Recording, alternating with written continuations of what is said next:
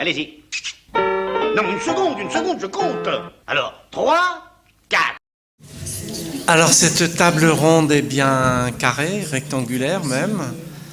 Et je crois qu'après ce tour d'horizon que nous avons fait, ce tour du monde de l'art, il me semble qu'on reste imprégné d'énormément de choses qui résonnent aujourd'hui, qui font notre monde, de choses qui font notre monde d'aujourd'hui. C'est-à-dire qu'on a parlé beaucoup des années 20, des années 30, on a parlé d'histoire. Et il me semble, en terminant là aujourd'hui avec vous, Jean-Pierre Humaine, qu'on a débordé, et qu'à chaque fois on a débordé, on a un écho dans notre monde d'aujourd'hui. C'est le thème de notre année, c'est où va la psychanalyse. Et cette journée s'organisait en pensant pas seulement d'où elle vient, mais de quoi la psychanalyse est imprégnée. L'actualité du surréalisme n'est plus à démontrer. L'actualité du surréalisme, ce sont les expositions, c'est le monde tel qu'il est vécu par les créateurs aujourd'hui, qui très largement s'inspirent et s'inscrivent toujours dans ce mouvement du surréaliste. On a fait un certain aperçu, on n'a pas cité tout le monde, mais vous avez cité les lettristes, on a cité l'international situationniste, on n'a pas cité Fluxus, on n'a pas cité tellement TXT, on n'a pas cité tellement d'autres mouvements qui sont toujours complètement d'actualité. Jean-Jacques Lebel est toujours complètement d'actualité et la psychanalyse est totalement d'actualité.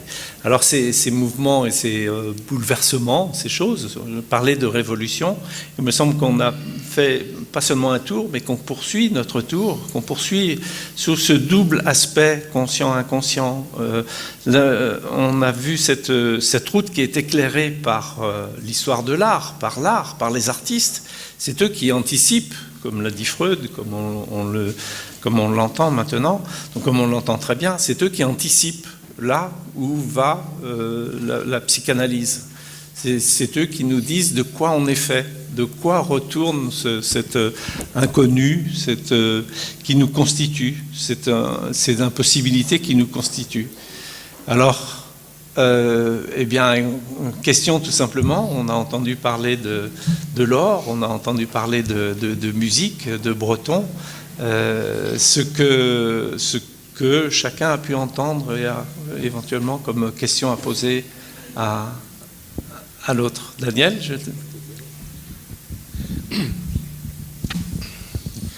Non, ont été évoqués donc aujourd'hui les rapports entre le surréalisme et la psychanalyse. Moi, ce que je voudrais donc, avant peut-être de lancer le débat avec les personnes à la table et les publics surtout, hein, n'oubliez pas de poser des questions, pointer un point de non-rapport. Il y a eu un point de non-rapport entre le surréalisme et la psychanalyse. Et ce point de non-rapport, il porte sur un nom, un simple nom, mais ce n'est pas n'importe quel nom. C'est le nom de James Joyce. Vous savez sans doute qu'un des derniers séminaires de Lacan s'appelle Joyce le symptôme. C'est un des plus beaux, c'est un séminaire très important.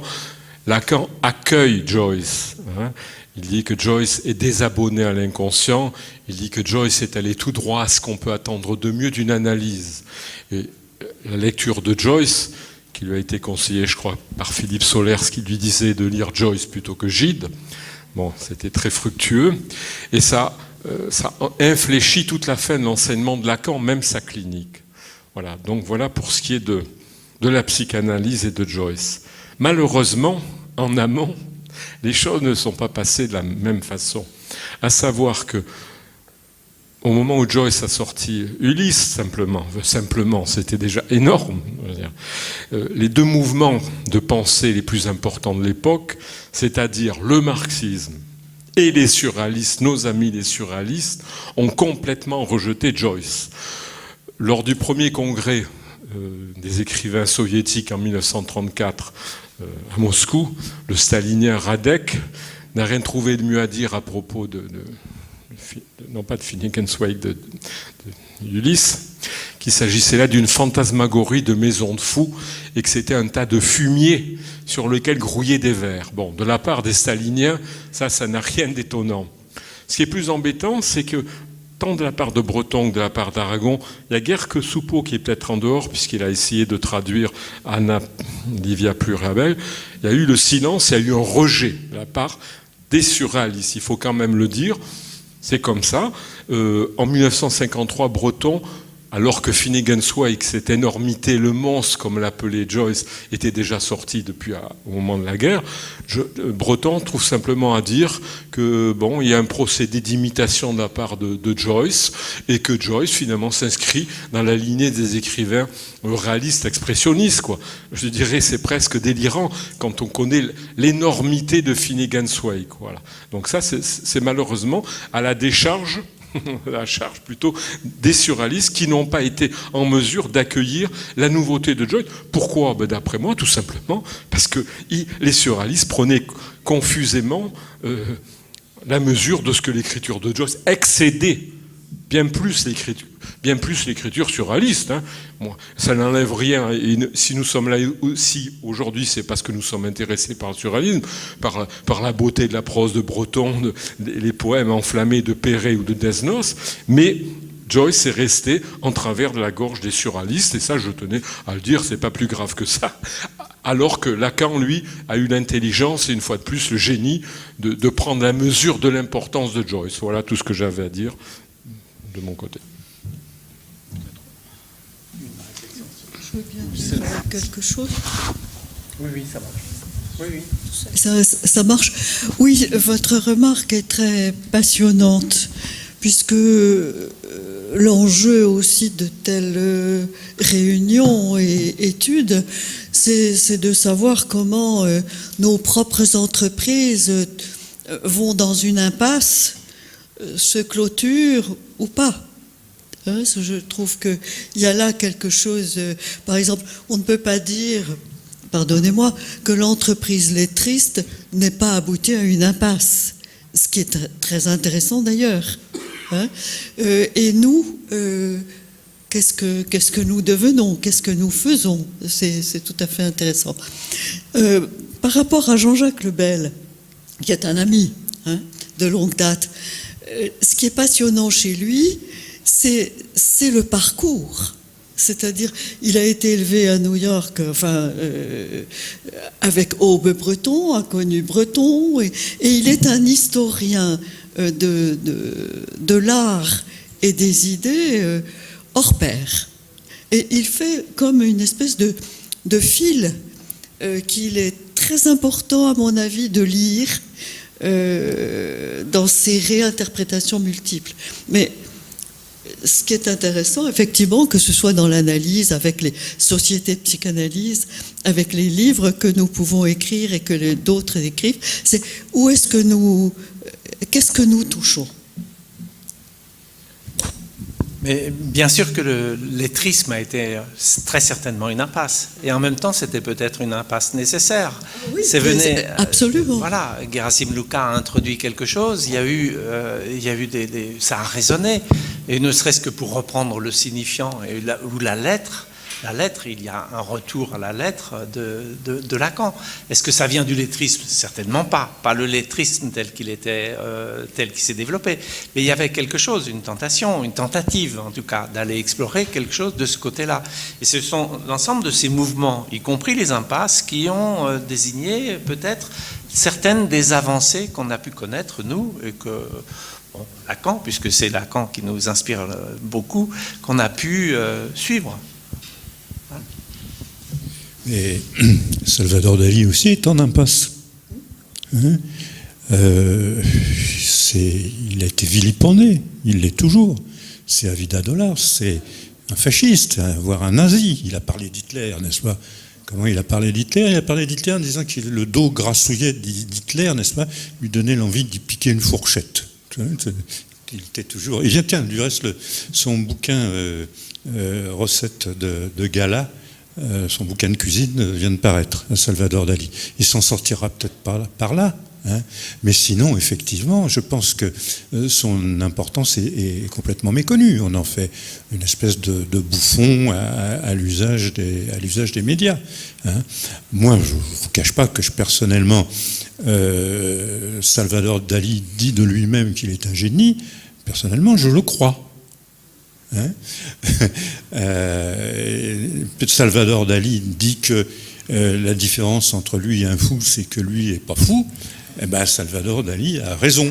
Il faudrait bien, effectivement, qu'on se persuade que c'est pas du tout une impasse, Salvador Dali. C'est simplement qu'il était placé, à mon avis, dans un certain contexte, qui l'a entraîné à bouffonner, faute de pouvoir convaincre. Hein. Voilà l'affaire. Mais bien entendu, comme toutes les impasses, moi j'ai le sentiment qu'il faut absolument que les choses soient en impasse pour pouvoir continuer. C'est toucher un point d'impossible. En quelque sorte. Voilà. L'impasse est nécessaire. Je témoignerai juste pour moi-même du lettrisme. Qu'est-ce que ça a pu évoquer pour moi quand j'étais juste post-adolescent? Le lettrisme, quel mystère, qu'est-ce qu'il y avait là-dedans? Je n'y comprenais pas forcément grand-chose, mais je suis allé plonger les yeux là-dedans. J'ai essayé de regarder, d'écouter. C'était assez étonnant, assez bizarre. Après, ça rebondit. Après, on passe peut-être à autre chose. Hein. Mais c'est une impasse nécessaire. Oui, alors moi je voudrais vous poser une question. Lorsqu'on lit Nadja de Breton, à un moment, Breton dit que, bon évidemment, il fait un procès virulent contre la psychiatrie, et il dit que si Nadja avait pu avoir été entre les mains de psychanalystes, son destin aurait été tout autre. Il pense qu'il y aurait eu réparation. Alors est-ce que c'est une idée qui est dépassée? Est-ce qu'il faudrait la voir à un autre niveau, à un second niveau? Ça m'intéresserait d'avoir votre opinion, Madame d'Estribats. Vous me posez une question très, très difficile, comme si on pouvait reconstruire l'histoire. Hein? Pardonnez-moi, c'est surtout la véracité de la... Excusez-moi, il s'agit surtout de savoir si on peut porter foi à ce que dit Breton dans ce livre. Voilà. Pourquoi pas? Pourquoi voilà, pas? C'est ça qui m'intéresse. Pourquoi pas? Mais lui-même n'a pas, j'allais dire, suivi ce qu'implique la position du psychanalyste, c'est-à-dire le silence. Et on ne précipite pas quelqu'un d'aussi fragile. D'ailleurs, il avait tout à fait jaugé la fragilité de Nadja. Cette rencontre a duré 9 jours. C'est tout. Hein. Il a tout de suite vu, et c'est ce que j'essaie de décrire au début du livre, il a tout de suite vu de quoi il s'agissait. Mais il n'a pas pu s'empêcher de faire de cette femme le lieu d'un savoir inconscient. Ce qui est extrêmement dangereux, ce que ne fait pas un psychanalyste, même si nous supposons en écoutant un patient que c'est lui qui sait, c'est le patient qui sait. Mais nous ne sommes pas dans l'avidité de ce savoir. Hein?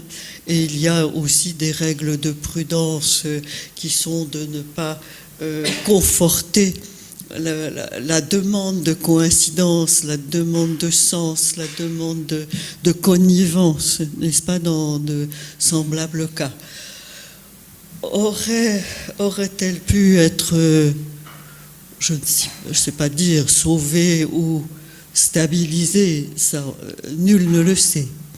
Il y a eu aussi d'autres imprudences qu'on peut lire dans les correspondances dans ce milieu, c'est-à-dire il l'avait produite dans les cercles surréalistes comme quand même quelqu'un d'étonnant. Il l'avait laissé être, parler au milieu de ce cercle dont vous avez montré les peintures ou les photographies. C'était éminemment dangereux de la mettre au centre de tous les regards comme cela. Hein? Voilà. Oui. Un tout petit mot concernant la possibilité de psychanalyse, se souvenir de ce que disait Lacan à ce propos, à savoir qu'il n'y a, devant une demande, et maintenant y compris d'un psychotique, il n'y a pas à se dérober. Il n'y a pas à se dérober. Mais là, ce qu'on peut espérer pouvoir faire, c'est de se faire le secrétaire des psychotiques.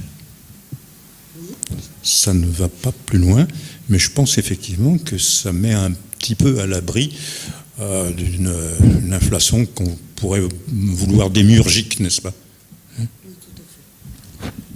Il y a peut-être aussi dans Nadia ce qui est des prémices de peut-être plus tard l'enseignement de Lacan, justement du côté des psychoses, qui est venu quand même 20 ans, 30 ans plus tard.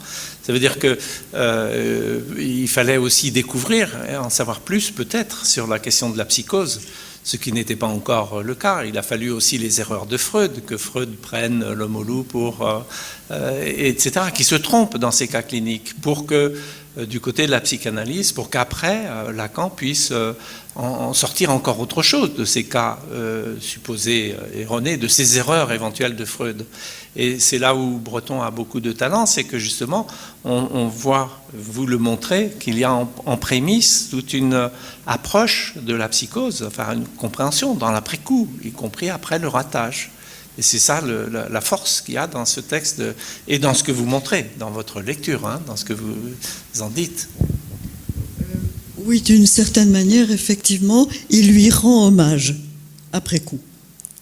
Il lui rend hommage après coup. Et il y a aussi dans ce texte la préfiguration de ce que Lacan écrira dans la lettre volée, c'est-à-dire la lettre détournée.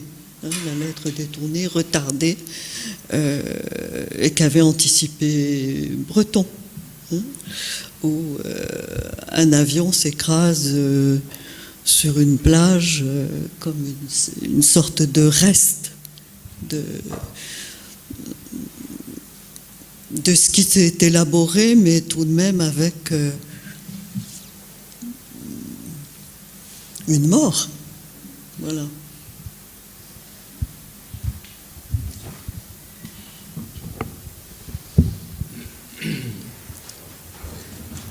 Je crois que...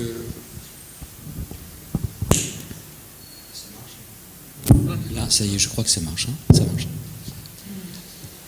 Ce qui m'a paru particulièrement fort, même incisif dans cette passionnante journée, c'est la démonstration de l'autrement. Je pense que nous avons entendu que autrement est possible. Et la question, effectivement, bon, essentiellement pour le psychanalyste, hein, mais pas que pour le psychanalyste, pour aussi, dans le quotidien, pour tout le monde, entendre autrement, parler autrement, découvrir de manière à ce qu'il y ait des espaces autres qui s'ouvrent. Et je crois que ce choix aujourd'hui de ce thème surréaliste, c'était un choix particulièrement judicieux qui a permis cette démonstration de l'autrement.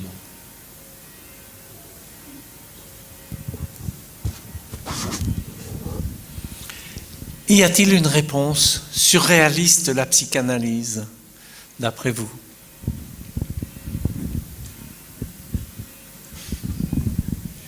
Moi, j'ai essayé d'en donner une un peu en forme de boutade. Hein. Psychanalytique, le surréalisme. Il y a des questions qui doivent rester sans réponse, hein, certainement. Mais il y a la dimension de provocation du surréalisme doit ou devrait en tout cas rester toujours imprégnée dans la psychanalyse, ce qu'elle perd parfois un peu de vue, cette provocation de quelque chose, d'une provocation pour une éventuelle réponse, du un par un, chacun pour soi. Mais il y a quelque chose d'une provocation. Et là, il me semble, moi, dans l'idée qu'il y a quelque chose de commun avec le surréalisme, c'est d'aller provoquer, d'aller susciter quelque chose.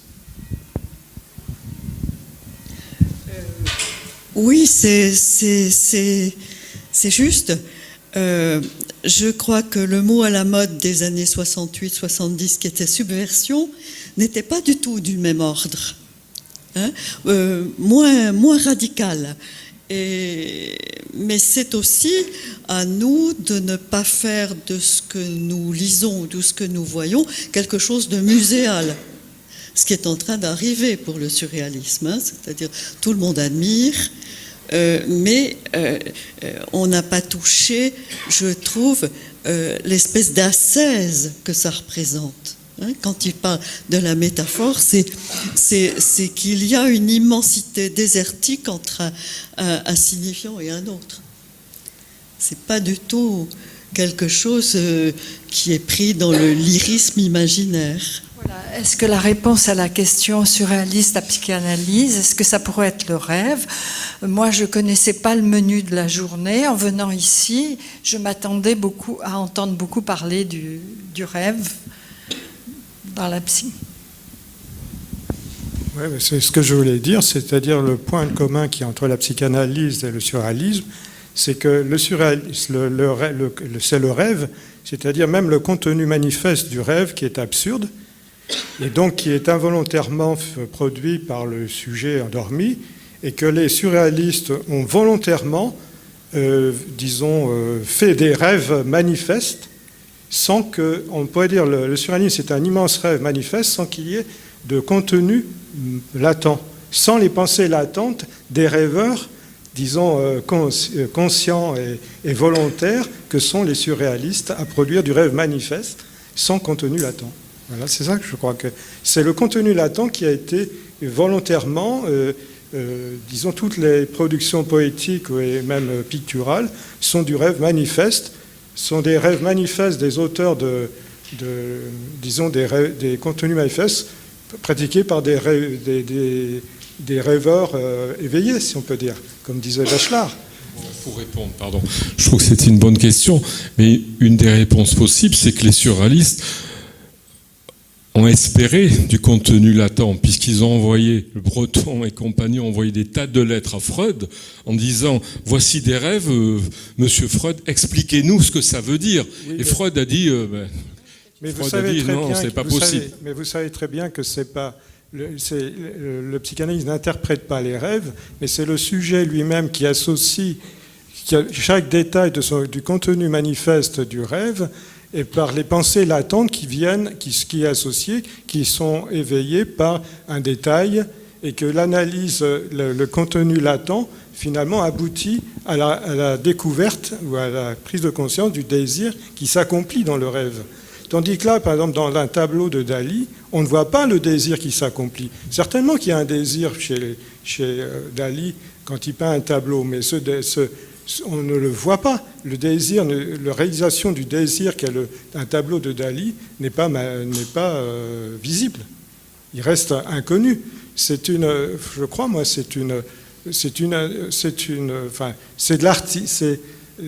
des rêveurs, comme on pourrait dire, volontaires et conscients.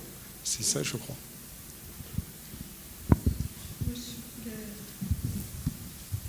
Peut-être répondre à la question de madame qui posait une question sur le rêve. Pourquoi on n'en a pas beaucoup parlé du rêve? Mais c'est aussi parce que beaucoup d'entre nous sommes lacaniens. Et Lacan ne disait pas que la voie royale de l'inconscient passait par le rêve. Il a été beaucoup plus subversif ou provocateur, ça je n'en sais rien, mais beaucoup plus radical plutôt que subversif, Lacan. C'est-à-dire que chaque syllabe pouvait donner accès à l'inconscient. Chaque connexion entre les mots et même les syllabes pouvait donner accès à l'inconscient, et pas seulement le rêve. Voilà. Chaque lettre. Hein. Oui. Et la voix, dans la voix aussi, comme on l'a entendu avec la musique, dans la voix, il y a ce que lui appelle la pulsion invocante. Il y a quelque chose qui invoque, qui appelle le sujet. Il y a quelque chose qui l'interpelle. Hein. Ça, c'est dans la voix aussi. Et ça, c'est Lacan. dans la parole, même en déstructurant, en allant découper, enfin entendre ce qu'il y a sous la parole, sous le son, comme tu l'as dit toi-même tout à l'heure, hein, ce qu'il y a en dessous, derrière. Oui, pour rebondir sur ce que disait Madame Lacote à l'instant, il me semble que dans le dernier enseignement de Lacan, beaucoup plus que le rêve, dans la conception de l'inconscient réel, c'est le lapsus. C'est le lapsus qui est la voie royale à l'inconscient. C'est le lapsus qui n'a aucune espèce de sens, qui témoigne qu'on est dans l'inconscient réel. Voilà. Et c'est vrai que le rêve est passé un petit peu, fait partie des associations de l'analysant, mais sans plus, quoi. Ce que je voulais dire, c'est que à ce moment-là, sur le lapsus, il l'appelle l'unbevu, qui est un jeu de mots sur l'unbewusst. Enfin, l'inclusion. Je pense que ce que Lacan a fait tout au long de sa vie, c'est de prospecter, de chercher et de savoir qu'effectivement, ça n'aboutissait pas à des choses profondément, totalement satisfaisantes. C'est-à-dire que nous nous trouvons bien là, dans quelque chose qui nous échappe. Et puisqu'il y a quelque chose qui nous échappe, on peut tourner tout autour avec, je ne veux pas dire des outils, surtout pas, mais je voudrais dire avec des sensibilités qui se développent à partir de certaines pensées. Lacan n'a pas eu une pensée, il a eu des centaines de pensées. Et je crois que le psychanalyste va se nourrir de toutes ces choses-là, va se nourrir, et quand il entend quelque chose de son analysant ou de son analysante, je crois qu'il va ressentir quelque chose qui va faire qu'il va, à son insu, renvoyer quelque chose d'autre de ce qui vient d'être perçu. Donc, insatisfaisant, insuffisant, incomplet, mais c'est avec cela que nous avons affaire. Et si insatisfaisant, incomplet deviennent des interrogations savoureuses, à ce moment-là, quoi que dise l'analysant ou l'analysante, il y a une possible ouverture. Ouverture qui va marcher, ouverture qui ne va pas marcher. Mais en attendant, il peut y avoir là le mouvement de la pensée qui va donner ces possibles.